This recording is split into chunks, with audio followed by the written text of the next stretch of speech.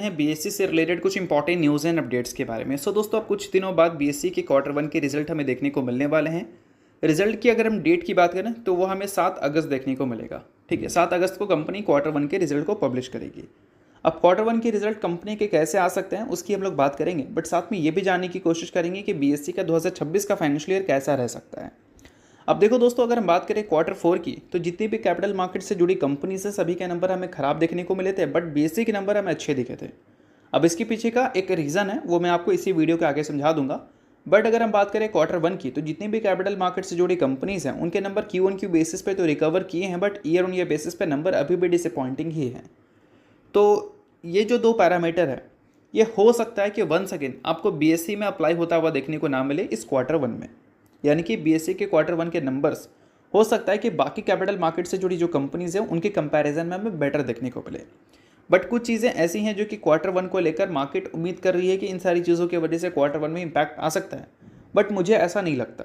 अब ऐसा क्यों है वो भी मैं आपको समझाऊंगा। बट सबसे पहले चीज़ें अगर हम देखें कि कौन कौन सी चीज़ें मार्केट एज्यूम करके चल रही है कि मार्केट में इम्पैक्ट डाल सकती हैं बीएससी के नंबर्स में, तो इसमें पहला नाम आपको दोस्तों देखने को मिलेगा जैन स्ट्रीट।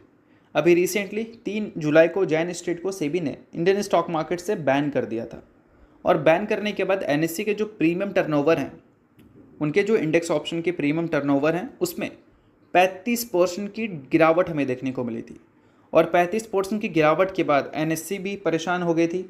अनलिस्टेड मार्केट में देखोगे, बीएससी को देखोगे तो वो आपको लिस्टेड मार्केट में परेशान होती हुई दिख रही थी, क्योंकि Jain street Indian stock market में एक काफ़ी बड़ा कंट्रीब्यूशन रखता था।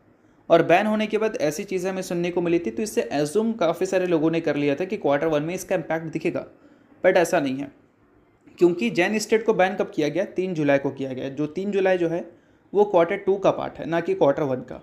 और इसकी वापसी भी हमें क्वार्टर टू में ही देखने को मिल चुकी है। मतलब बोल सकते हैं कि इम्पैक्ट दिख सकता है, बट क्वार्टर टू में दिख सकता है, ना कि क्वार्टर वन में। बट क्वार्टर वन की अगर हम बात करें दोस्तों, तो उसमें एक चीज़ है जो कि इम्पैक्ट डाल सकती है, और वो ये है, सेबी ने दोस्तों अप्रूव कर दिया है एनएससी के जो एक्सपायरी का जो डेट चेंज है उसको। एनएससी की एक्सपायरी हमें ट्यूसडे को देखने को मिलेगी, और बीएससी की एक्सपायरी हमें थर्सडे को देखने को मिलेगी। पहले क्या था कि एनएससी की एक्सपायरी हमें ट्यूसडे को तो देखने को मिलती ही थी, बट बीएससी की एक्सपायरी हमें मंडे को देखने को मिलती थी। तो उसको वापस से चेंज कर बीएससी को थर्सडे पकड़ा दिया गया है और एनएससी को ट्यूसडे पकड़ा दिया गया है। जिसकी एक्सपायरी पहले होती है उसको ज़्यादा बड़ा वॉल्यूम्स मिलता है, और बीएससी की एक्सपायरी पहले काफ़ी टाइम से हमें पहले ही देखने को मिलता था एनएससी के कंपैरिजन में। और इस वजह से 2025 का फाइनेंशियल ईयर जो है बीएससी के लिए काफ़ी ज़्यादा शानदार गया था। ख़राब परफॉर्मेंस था इंडियन स्टॉक मार्केट का अगर हम सेकंड हाफ में देखोगे इस फाइनेंशियल ईयर, यानी कि 2025, बट फिर भी बीएससी के नंबर्स आपको अच्छे दिख रहे थे, वो इसी वजह से। अब ये एक्सपायरी जो चेंजेस हमें दिखी है, इससे हो सकता है कि 2026 का फाइनेंशियल ईयर हो सकता है कि आपको ऐसी ग्रोथ रिपोर्ट करता हुआ देखने को ना मिले इनके रेवेन्यू एंड प्रॉफिट में।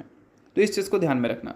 बाकी क्वार्टर वन के रिजल्ट को अगर आपको देखना है तो चैनल के साथ अपडेटेड रहना, और बीएससी से रिलेटेड अगर आपको एक डिटेल एनालिसिस वीडियो चाहिए तो उसके लिए भी मुझे आप कमेंट कर देना। बट जितनी भी सारी चीज़ें हैं वो सिर्फ एजुकेशन पर्पज़ के लिए, इसको रिकमेंडेशन मत समझना।